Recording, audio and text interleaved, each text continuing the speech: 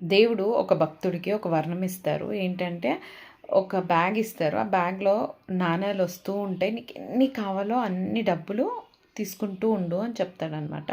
నీకు ఎన్ని కావాలో అన్ని తీసుకున్న తర్వాత అది బ్యాగ్ నువ్వు నీళ్ళల్లో వేసేసి ఆ తర్వాతే నువ్వు ఇవి యూజ్ చేసుకోగలుగుతావు. ఈ డబ్బులు అప్పుడైతేనే ఇవి యూజ్ అవుతాయని చెప్తారనమాట.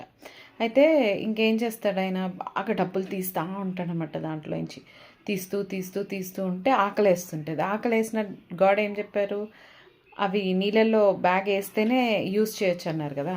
సో ఎలా ఆకలేస్తుందని అడుక్కుని కడుపు నింపుకుంటూ ఉంటాడు.